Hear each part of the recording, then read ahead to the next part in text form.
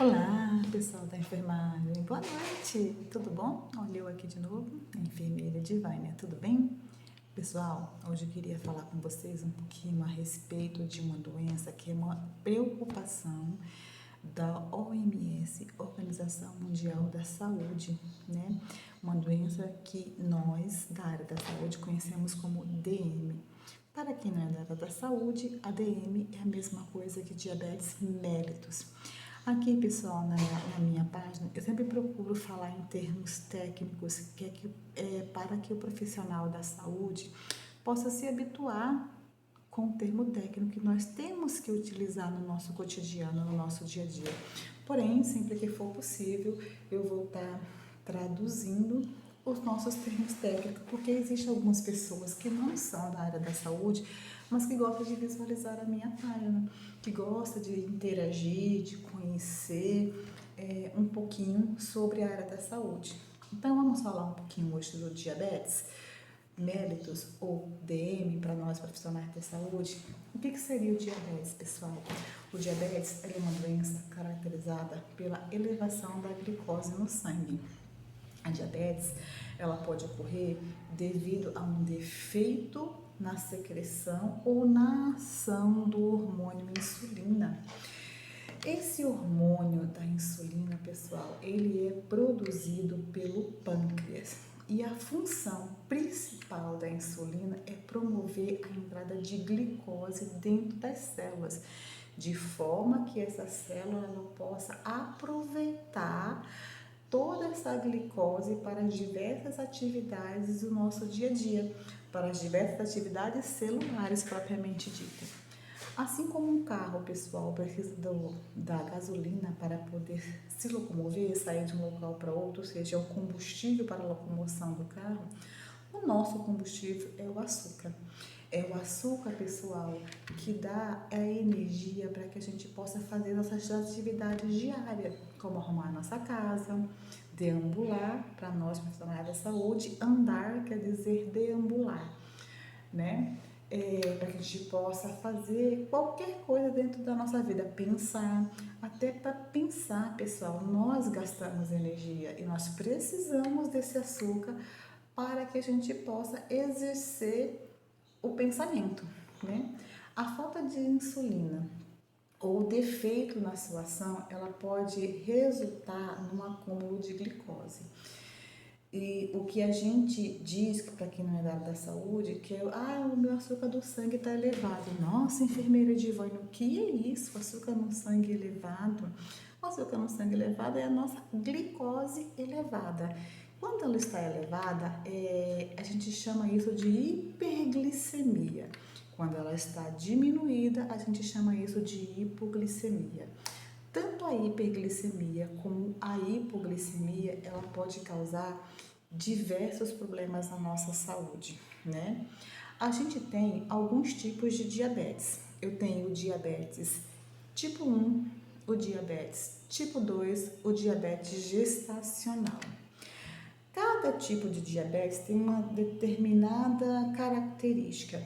O diabetes tipo 1 é comum ocorrer no paciente infantil, no adolescente, no adulto jovem. Porém, ela pode acontecer em qualquer faixa etária. Porém, é comum ele ser desenvolvido no paciente infantil, no paciente adolescente e no adulto jovem, tá? O diabetes tipo 1, normalmente, ele tem como característica que o seu início seja relativamente rápido. Os sinais e sintomas, ele pode ser apresentado hoje ou daqui a uma semana e você começar a sentir os efeitos desses sinais e sintomas. Dentro da literatura, a gente diz que a diabetes, ela tem uma coisa chamada tríade da diabetes. É característico ter essa tríade da diabetes. Quando você apresenta essa tríade, que são os 3 P's, os antigos dizem, essa pessoa está com diabetes. O que seria essa tríade? Os 3 P's da diabetes é a polifagia, polidipsia e a poliúria. Vamos traduzir? Polifagia seria o excesso de fome. esse paciente começa a apresentar uma vontade de se alimentar maior do que o normal. Ele começa a comer mais vezes do que o seu cotidiano normal. Então, a polifagia seria o excesso de fome. Polidipsia seria o excesso de sede. Ele passa a apresentar uma vontade de beber água muito maior do que o normal. Então, a polidipsia é o excesso de sede. E a poliúria é o excesso da diurese. Para o pessoal que não é da área da saúde, a diurese é o famoso xixi. Então, esse paciente, ele apresenta uma quantidade de diurese em 24 horas muito maior do que o normal, né, do seu cotidiano. Então, tríade da diabetes, seja tipo 1, tipo 2, ou gestacional, são os 3P: polifagia, polidipsia, poliúria, correto? Bom, além desses sinais e sintomas, que são os 3Ps, no diabetes tipo 1 existe também um emagrecimento acentuado. Essa pessoa está comendo demais, mas ela está emagrecendo muito. É visível o emagrecimento dessa pessoa, é um emagrecimento bem acentuado. Ela também vai sentir fadiga, ela também vai sentir fraqueza.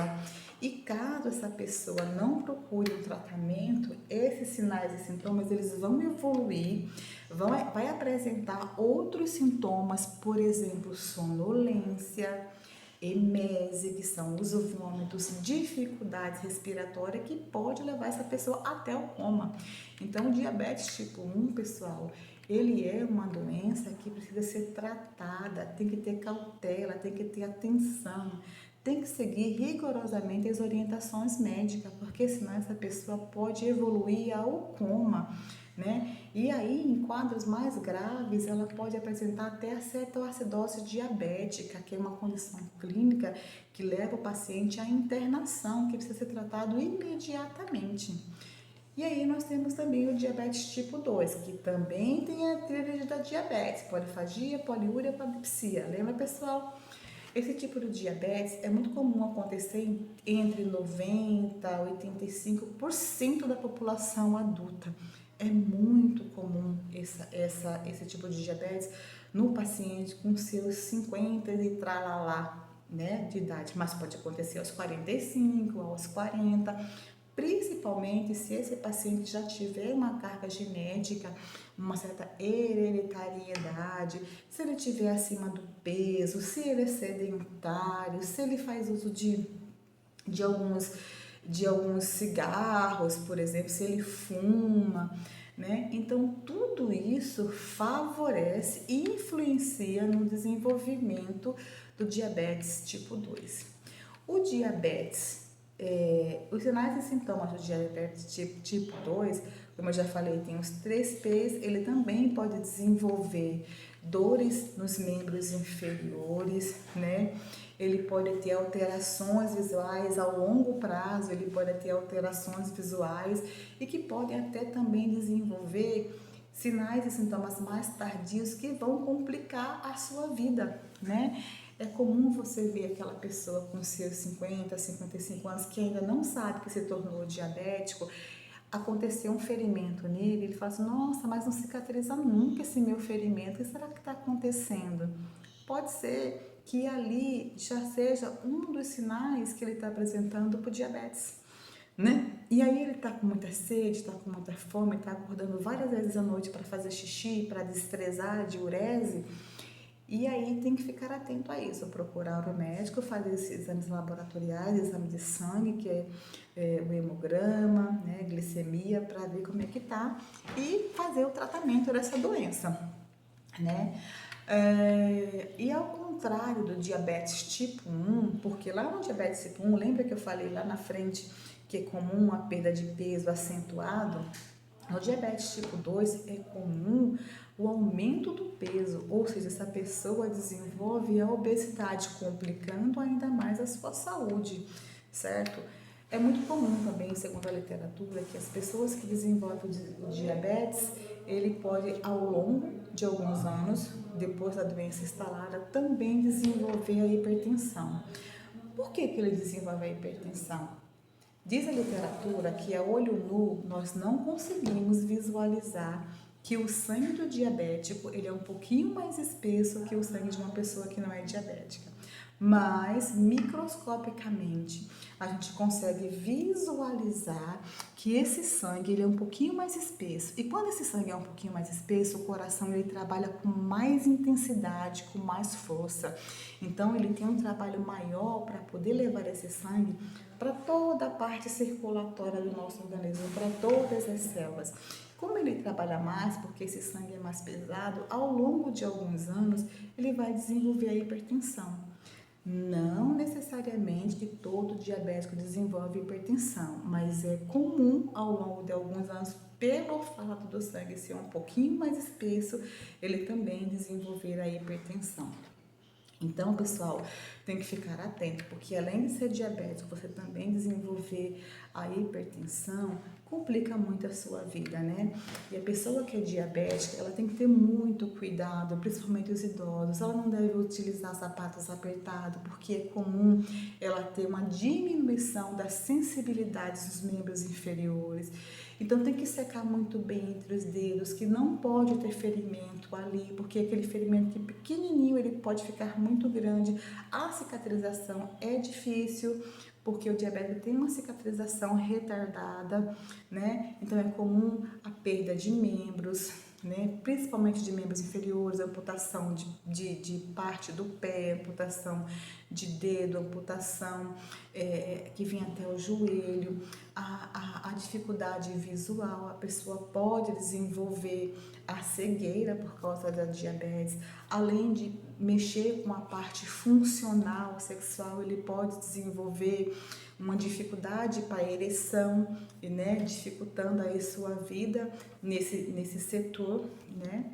Então tem que ter muito cuidado, prestar atenção, mudar a sua rotina, fazer uma alimentação rica em nutrientes mais saudáveis, diminuir gordura, frituras, doce, ter uma alimentação mais saudável, ter a prática de exercício, né? Fazer o controle da sua glicemia depois que a doença é instalada, isso é muito importante, né? E aí nós temos também a diabetes gestacional. O que seria diabetes gestacional? A diabetes gestacional, pessoal, é quando a mulher se encontra grávida e ao longo da sua gravidez ela descobre que ela está diabética. Na primeira gestação, ela não sabia que ela estava se tornando diabética. É comum descobrir esse diabetes no terceiro trimestre. Porém, quando a mulher já teve outra gestação que já desenvolveu isso, é importante que ela já comunique ao seu ginecologista para que ele possa já pedir os exames. Não necessariamente precisa chegar no terceiro trimestre para fazer os exames. Se essa mulher também ela tem parentes que tenha diabetes com pai, mãe, é importante que ela comunique ao seu ginecologista já para pedir esses exames o mais rápido possível. Se ela está acima do peso, se ela tem hipertensão, tudo isso vai facilitar o diabetes. Porém, não necessariamente a mulher que desenvolveu diabetes na gestação quer dizer que ela vai se tornar diabética para o resto da vida. É comum, após a gestação, com a diminuição do peso, com uma boa alimentação, com a medicação, ela voltar ao normal e não precisar mais tomar a medicação, né? Porém, essa diabetes ela pode ser transitória ou não. Mas a literatura diz que, uma vez que ela se tornou diabética na gestação, é possível, não diz que é regra geral, é possível que após alguns anos, ao longo de alguns anos, com aumento de peso, né, que ela está favorecendo para isso, uma alimentação desregulada, o sedentarismo, a parte hereditária, que ela realmente venha se tornar uma pessoa diabética. Então, tem que estar atenta a isso, tá, pessoal? A diabetes é uma doença que tem como você conviver com ela. Ela não tem cura, ela tem tratamento. Depois de instalada, você vai tratar, você vai tomar medicação, você vai melhorar a sua alimentação, você vai fazer exercício diário, você vai tentar controlar o peso e você consegue conviver bem com a diabetes.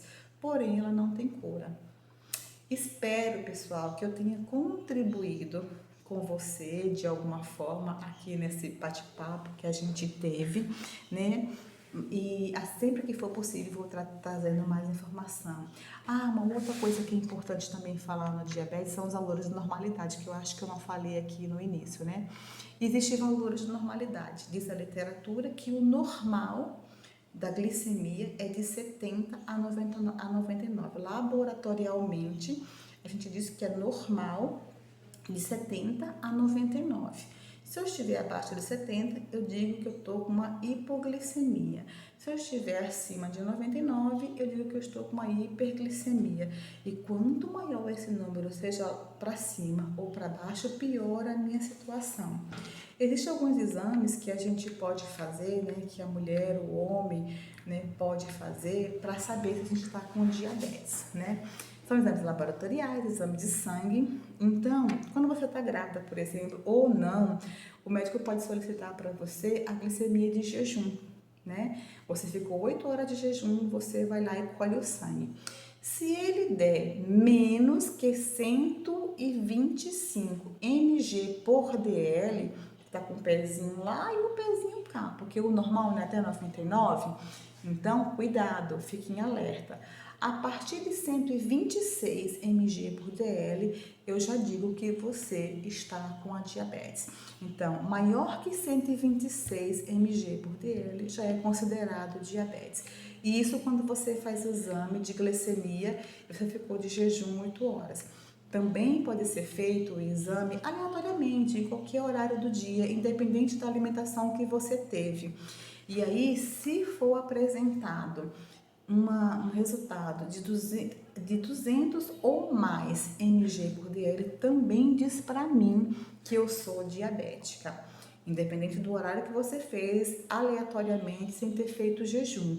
Dando de 200 ou mais mg por dl, também é considerado diabetes. Também tem outro exame que o médico pode solicitar para você e que quando você faz, por exemplo, uma sobrecarga oral de glicose, você vai no laboratório e você vai fazer ingestão oral de uma quantidade de glicose.